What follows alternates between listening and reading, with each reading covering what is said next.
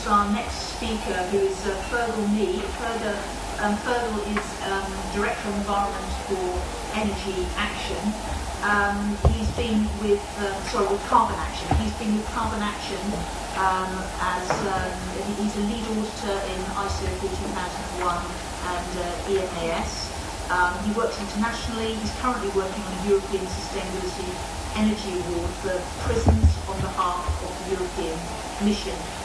Fergal is going to speak to us this morning about energy efficiency and carbon reduction, best practice and management. So thank you, Katrina. Good morning, ladies and gentlemen. Fergal Mee, Carbon Action is my company. I'll just go through a little bit of brief background on Carbon Action. We are a strategic alliance partner of the Canadian Standards Association out of Toronto. The CSA were, on behalf of ISO, developed the greenhouse gas standards ISO 14064, parts 1, 2 and 3. They've got a lot of experience in greenhouse gas management due to provincial programs in Canada, in Alberta, Saskatchewan and various Canadian provinces where there are carbon reduction projects and carbon mitigation measures in place for quite a number of years. And our primary involvement with CSA on behalf of ISO is in delivering training in the ISO 14064 standards, of which there are 3. And again, the ISO standard 14064 is program and policy neutral. It's used and it may be used in any existing greenhouse gas program which is out there, such as ETS, DCS, CDM. It's interesting as well that from January the 1st onwards, verifiers in the European Union ETS, for example, must be ISO 14065 accredited. The ISO 14066 standard is a technique or suite of techniques for calculating carbon emissions or carbon reductions, whereas ISO 14065 is an award or an accreditation which is bestowed upon a corporate body which attests to their expertise and knowledge and the fact that they're safe pair of hands carrying out verification or validations on your behalf. So that's background to our company, Carbon Action. And our talk this morning is not fully, I guess, red carbon. It's dealing with energy efficiency. And I was asked to put something together based on real-life experiences in energy efficiency in industry. So I have 2 small examples. One for the pharmaceutical processing industry or chemical processing industry, and another being a hospital, where in over 52% of energy reductions were identified in the hospital situation. So I guess energy efficiency, what is it? It means using less energy inputs while maintaining the same level of service or level of production that you used previously. Energy saving is a broader concept. The EU target is saving 20% of primary energy consumption compared to production is, so we need to save 20% of primary energy consumption. One of the ways of doing this is by energy efficiency. It's a key step in achieving those goals. And what it would mean is a reduction of almost 270 million tonnes of oil equivalent of primary energy by 2020 compared to projected energy use. And in fact, just a little over a month ago, the European Parliament has voted to accept a new energy efficiency directive, which will become law eventually. It will be transposed into national laws in the 27 EU member states. It's interesting, in fact, that the EU ETS, as well as being law in the 27 member states of the European Union, is also adhered to by 3 non-EU countries: Iceland, Norway and Liechtenstein. It surprised me to find out that Liechtenstein was not a part of the European Union, but those 3 jurisdictions also participate in the ETS. Again, buildings in the European Union, some estimates suggest that up to 40% of emissions throughout the European Union are building stock is responsible for up to 40% of emissions. Transport has the second largest potential for energy efficiency, and 20% is accounted for by industry, which may surprise people, and it surprises myself. But progress in industry has been proactive in energy reduction and energy efficiency measures for the last, since the 1973 Gulf or Middle East War, I guess, when fossil fuels became basically short supply. So energy efficiency has been practiced for over 2 decades in a formal way in industry, leading to a 30% reduction in the last 2 decades. So can we do more in industry? It becomes a question. If we achieve 30% reduction, what more is there left to us? All the low-hanging fruit, so as it were, has been picked. So what more needs to be done? And again, the Energy Efficiency Directive may require energy audits to be carried out in industry. And the abbreviation MS, for those who are not familiar with Eurospeak, is member states. So member states should develop incentives for companies to introduce energy management systems. The EU documentation suggests EN 16001, which is a European norm or a European standard for energy management systems, which is currently superseded by ISO 50001, which is an international standards organization management system for energy management. And again, it's interesting that what is the EU doing on energy efficiency? Well, they're spending 730 million euros through various incentive programs and research and development programs. We ourselves, as was mentioned earlier, are involved in an energy efficiency project across 6 EU member states and 1 candidate country, Croatia. So I've spent the last 12 months visiting prisons in Slovenia, Croatia, United Kingdom, Ireland, Greece and Latvia. And energy efficiency, there's a lot that can be done in prison stock, obviously, in terms of energy efficiency. So that project is in collaboration with the UK 7Y Energy Agency, in collaboration with HM Prison Service and some universities in Slovenia, Croatia and in Thessalonica in Greece, plus some consultancy businesses in Malta and Latvia. So that's what the European Union is trying to achieve at the moment. Energy efficiency, as you can see, is quite important in terms of strategic planning going forward for European Union policymakers. And again, I guess it's important to mention the ISO standard, ISO 50001, which is a management standard which our experience has found even in super efficient and well-organized companies, by implementing ISO 50001 in companies which have leading-edge technology and low energy and low high-efficiency kit and plant installed, there are still energy savings and energy reductions quite possible using ISO 50001. It's interesting, in our own experience in the previous life in the pharmaceutical industry, where I led the energy management review group of the company, the initial review group or energy management committee was composed entirely of engineers, chemical engineers, process engineers, and everyone was proposing projects, let's build this, let's build that. Because when your energy management committees are composed of professional engineers, an engineer may present to you a solution for a problem which does not exist. It's rather akin to having engineers, I'm an ex-engineer myself, so I hope I don't offend any of you from the engineering community. I am an ex-mechanical engineer myself, but putting engineers in charge of energy efficiency is rather like putting the military in charge of their government. They want to do it whether it's right or wrong. So sometimes the end consumer is the person that has it all. So our energy reduction significantly improved when we changed the composition of our energy management team by having production managers, plant managers, warehouse managers, logistics managers, process operators, electricians, mechanical technicians. By having these guys involved in the energy management committee, we were able to identify issues on the factory floor which our academically inclined process and improvement and process engineers did not perceive. So it's a point, I think that was a big take-home point for me on that energy committee. Energy efficiency, the new directive which I've already mentioned. So an interesting point on that, in January 2014, 3% of the floor area owned or operated under capital or finance leases by public bodies is to be renovated each year to meet the minimum energy performance requirements of that 3% renovation of floor space.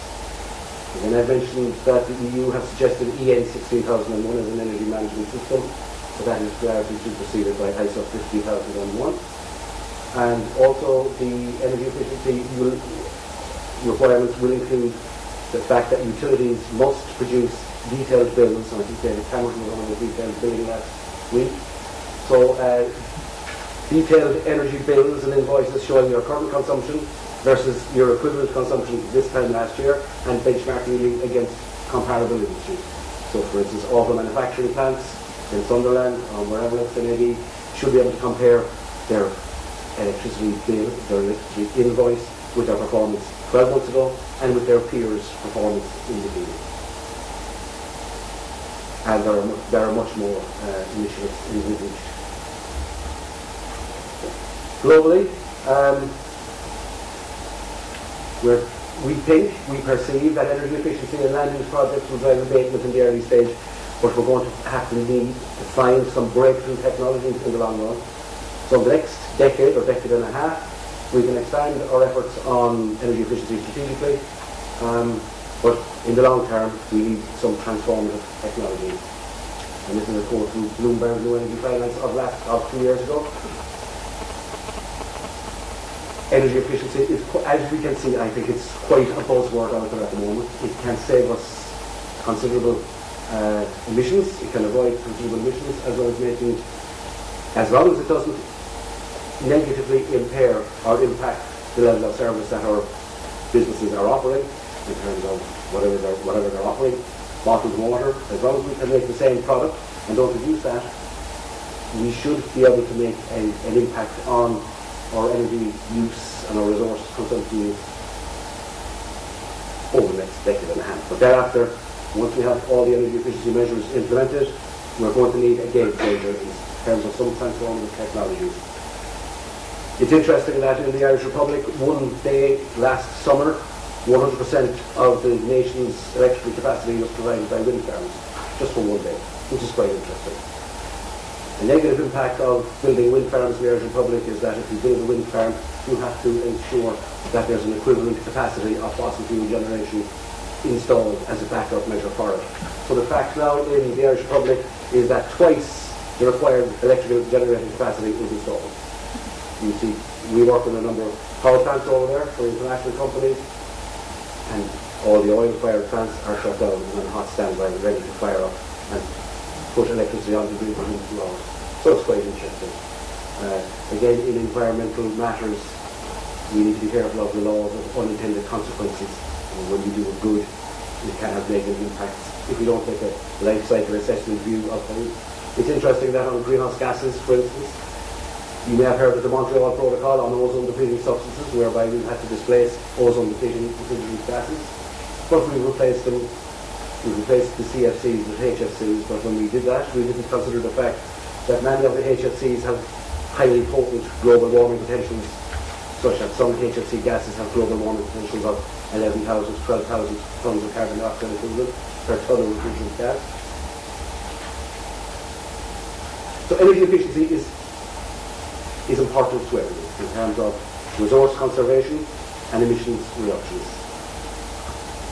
I'll shortly get on to my examples, so bear with me for a moment. Again, energy efficiency is directly related to greenhouse gas emissions, as I mentioned already, and many clean development mechanism projects are in fact energy efficiency projects. So the CDM has in place what are called approved methodologies or approved consolidated methodologies, which allow energy efficiency projects to earn certified emission reduction units, which are transactable on the market.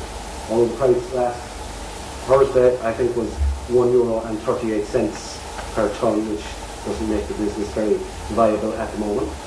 So something needs to happen on carbon pricing, because at the moment it's too cheap to invite business into the sector. But the point of energy efficiency, there are an example of 5 energy efficiency type projects there in the United Nations CDM, which is the Clean Development Mechanism Scheme. So water pumping efficiency tests, steam optimization, having a plan in place to repair or investigate and replace or repair your steam traps will qualify for emission reduction credits in the UN CDM scheme. And again, refrigeration gases, changing out refrigeration gases can qualify. Gas recovery from the pipeline industry, gas leakage repairs, and boiler efficiency upgrades. All these are in fact energy efficiency projects, but are used as carbon reduction projects by the CDM. My first example concerns my work in a large chemical processing plant. We're a global player. It was a continuous process plant working 363 days per annum, on average. Some days it worked 350 days per annum, 10 days. So our baseline was that we had 5 fixed-speed cooling water pumps supplying a cooling water distribution system throughout a very large multi-facility single campus plant, and that was quite an energy-consuming aspect of the operation. So our idea was to replace the fixed-speed pumps with variable frequency or variable speed drives, such that instead of pumps running at full tilt, we could modulate the output of the pump to meet demand, cooling demand. And again, the variable frequency pump, its speed controller, was operated as a function of system demand, or the differential temperature between the water going out of the plant and the water coming back to the plant. So we carried out flow rate tests over a 3-month period, and we checked the electrical loads on the motors. And I should have a table coming up shortly. So this is our example. So pump number 23, 24, 25, 26 and 27, these are the original pumps with nominal flow rates.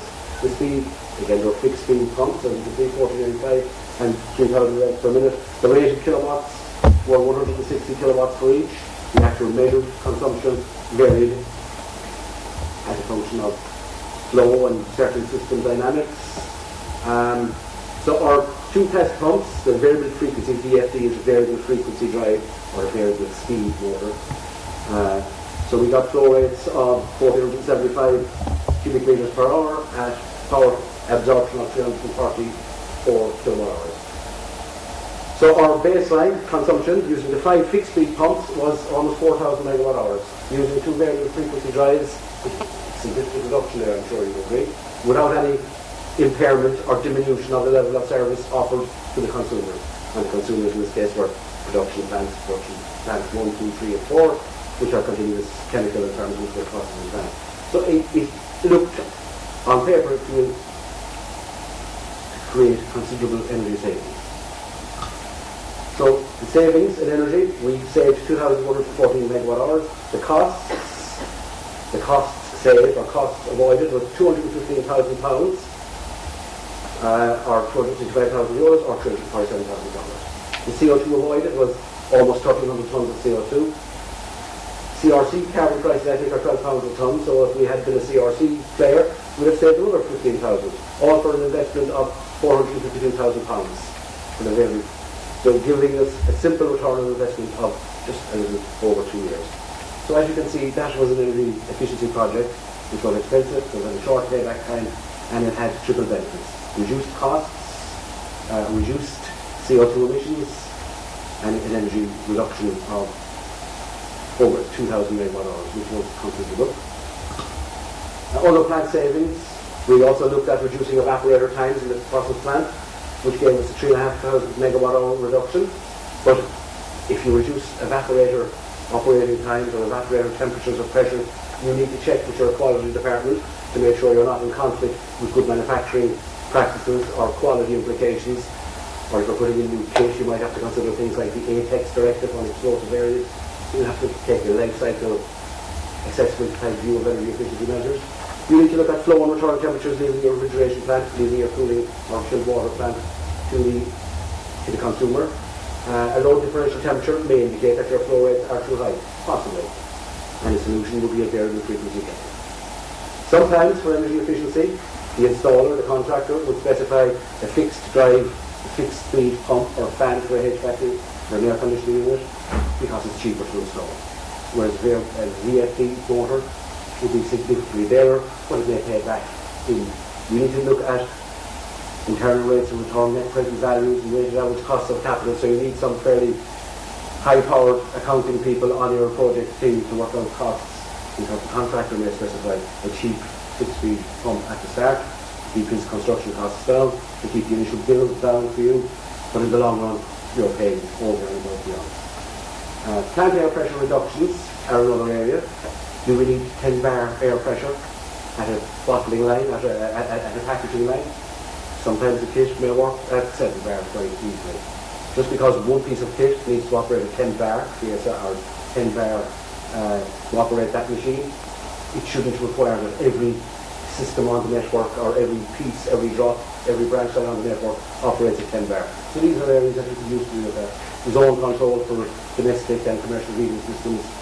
The hospital example, which I will mention later on, when we was in there, it had no zone control for the hot water supply for radiators. So everyone was getting hot water, whether they required it or not, 24 hours a day or not. Even daycare centres were heated overnight. Reduction in set points, low energy lighting, ensure the PCs are switched off at night. In our company, there's 750, 760 PCs, and when people left in the evening, they've knocked off the screen, but left the PC running in the background. So we got our IT guys to ping all the PCs overnight, and found that 600 odd of them were running.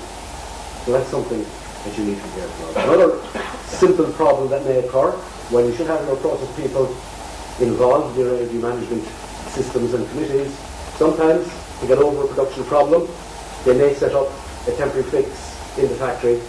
We had an example of guys heating a filter between a crystallizer and a centrifuge. To stop line blockages, they put a hot water hose onto this temporary filter, and they were using 4 tons of water an hour at 60 degrees Celsius, passing through the filter and down the floor drain. And we spotted that merely because we had a process operator on the Energy Management Committee, and he said, hey guys, we're pumping 4 tons of water at 60 degrees Celsius, 24 hours a day, 7 days a week, down the drain. So that was a considerable energy save, no investment whatsoever. Merely operational changes and procedural changes. You can go into a highly vigorously energy managed company, and by looking at operational measures, which is why I said earlier, putting engineers in charge of your energy is like putting the military in charge of your government.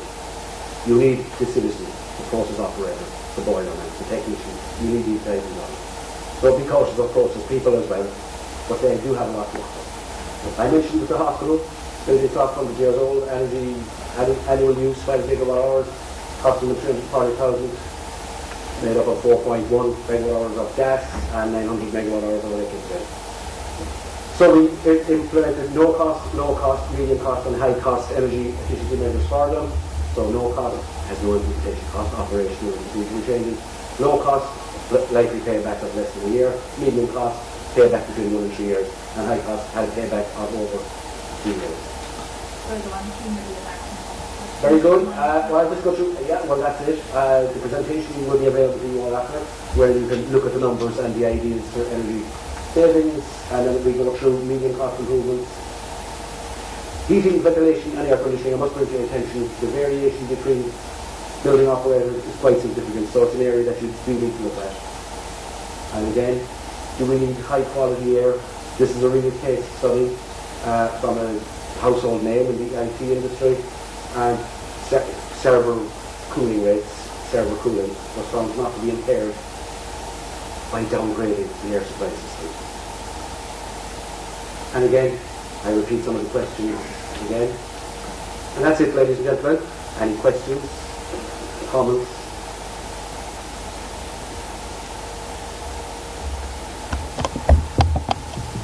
Hello, my name is Yanis Panos. I work for Green Value Associates.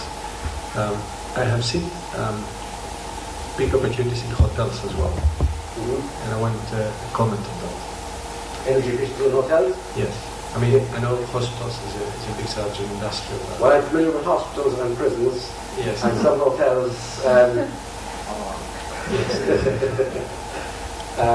And hotels do present opportunities. One of our colleagues who is speaking next door has an example of a hotel energy efficiency program, and there are several schemes out there for the whole hotel industry, and you see evidence of it yourself in hotels in terms of environmental protection. Do you need a new towel, or can you reuse the towel? So they are aware and are conscious of it, and there are schemes in place, but I'm not that familiar with it. But air conditioning and water distribution systems and heating and lighting control obviously are areas which lend themselves to energy efficiency projects. I can imagine that heating distribution systems. I stayed in a hotel recently and I couldn't control the radiator temperature, and it was like a sauna in the hotel room. So energy efficiency is certainly an area with a lot of potential in the hotel sector. And there are schemes, I think there's the Green Hospitality Awards out there for the hotel and tourism sector. But we did an interesting project on a holiday home in a tourist county in England, and they put in water heating for the swimming pool, water heating energy efficiency measures, which led to significant energy reductions of over 23% by reusing more. The moisture in the swimming pool area can be quite corrosive to the air conditioning units, but it also contains a lot of energy which can be recouped or recuperated as it exits the building. So there are certainly areas and possibilities, but I'm not that familiar with that sector. Any more questions?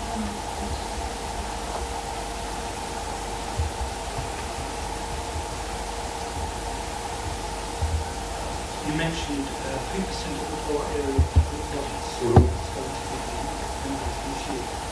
How will they be selected? What is the incentive for this? I love the school and colleges. Yes. I assume they would be how that process works. That will be promulgated under the Energy Efficiency Directive. So that directive is still in draft. So how you police that and how you force, well, it's public buildings, so government-owned buildings, emanations of the state. Would schools and colleges come into that category? No. Some, yeah. How it's going to be policed, I'm not sure, but it is a requirement. But I'm not sure how it can be policed, especially in these straitened times where there is no cash available for renovation, unless there is some incentivization in terms of some grant aid. As we mentioned earlier, the European Union spends €730 million on energy efficiency projects, so maybe some of that money could be diverted. There is that fund there. So that's an area worth speaking to your policy makers about, in fact. A good fund indeed. Well, okay, thank you very much, Frodo. I'm conscious of what to take on board there, but I also know that we want to pause. So we reconvene here at 2 o'clock in the Energy Efficiency seminar, and we thank Frodo for his presentation.